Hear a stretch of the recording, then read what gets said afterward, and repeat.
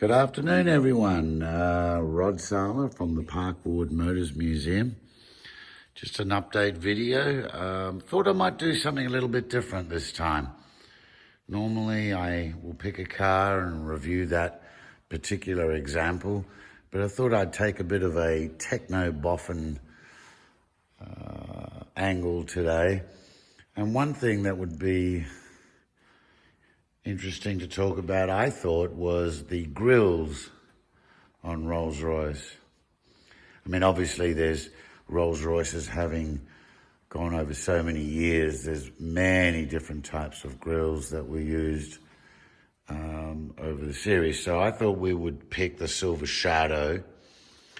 And the first thing you'll see, this car here on the right is a 67 Silver Shadow with the chrome bumpers, and we'll look at the depth of the grille. And the first thing you might notice is that the depth of the grille varied or changed when we went to the later Silver Shadow 2. You will see that grille is deeper.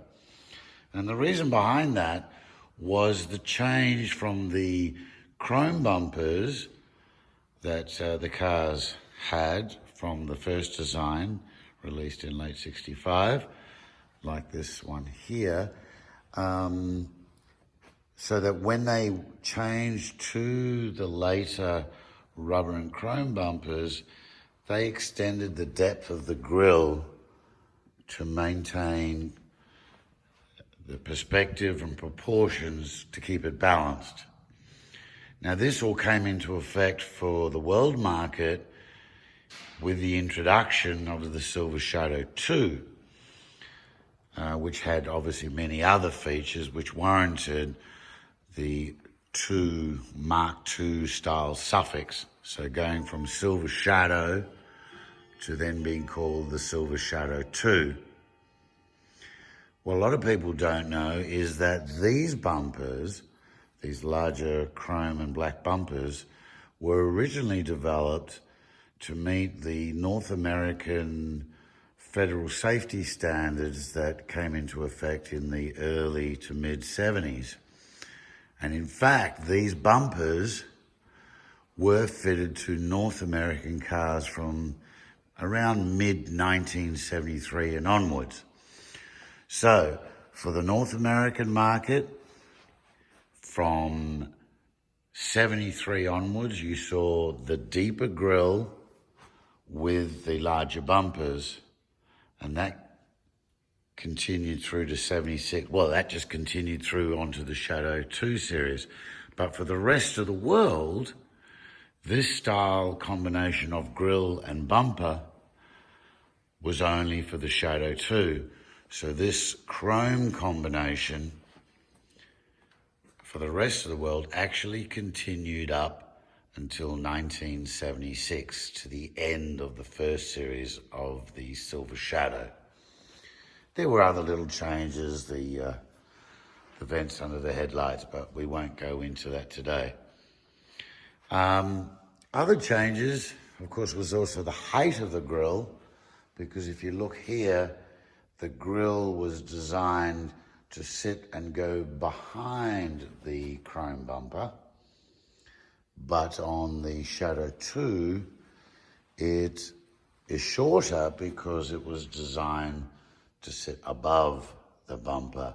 And this was all because the bumper was required to compress back into the car on a low impact. For those that are interested, there is another difference between the, let's call it, rest of the world cars versus the American cars, in that the rest of the world cars had these later style bumpers, on Shadow 2 that is, mounted on steel brackets. But the introduction of these bumpers for the US or North American market was actually on a type of shock absorber. And besides that little bit of info, there is actually a cosmetic or physical difference in that the cars like this one, a North American car with shock absorbers supporting the bumpers, they actually stick out further from the car. And you can actually see by this valance bit here, if this was a rest of the world car for a Shadow 2, it would actually only be about this wide. And the other bit of information that I find fascinating, that a lot of people don't realize, is that's actually why you see this curved bit in the chrome that sticks out. But of course, if this was a rest of the world car, that crease, let's call it, would actually sit much further back, and its design was to sort of wrap the grille. So that's an interesting bit why that's there.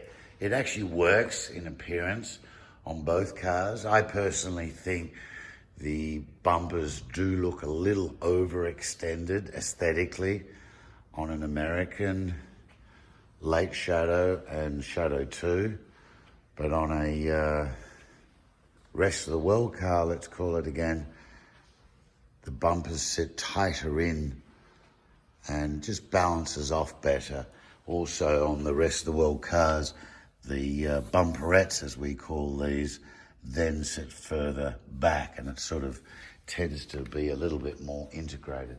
I don't have at the moment a non-US spec Shadow here to show you the difference.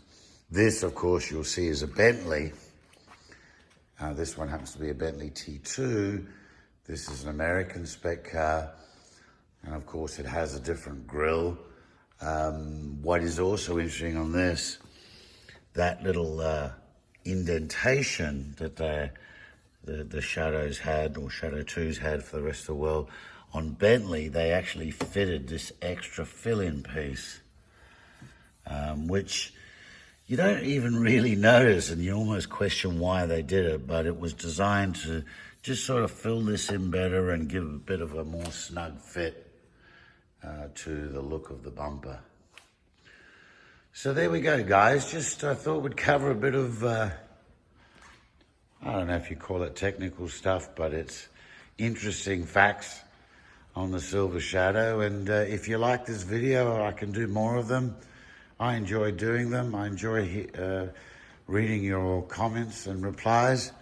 So once again, everyone, Rod Sala, the Park Ward Motors Museum, very proud to be one of the biggest restorers and sellers worldwide of classic Rolls-Royce of all ages, from the crew era, but with a great deal of specialty in the Silver Shadow Corniche era cars.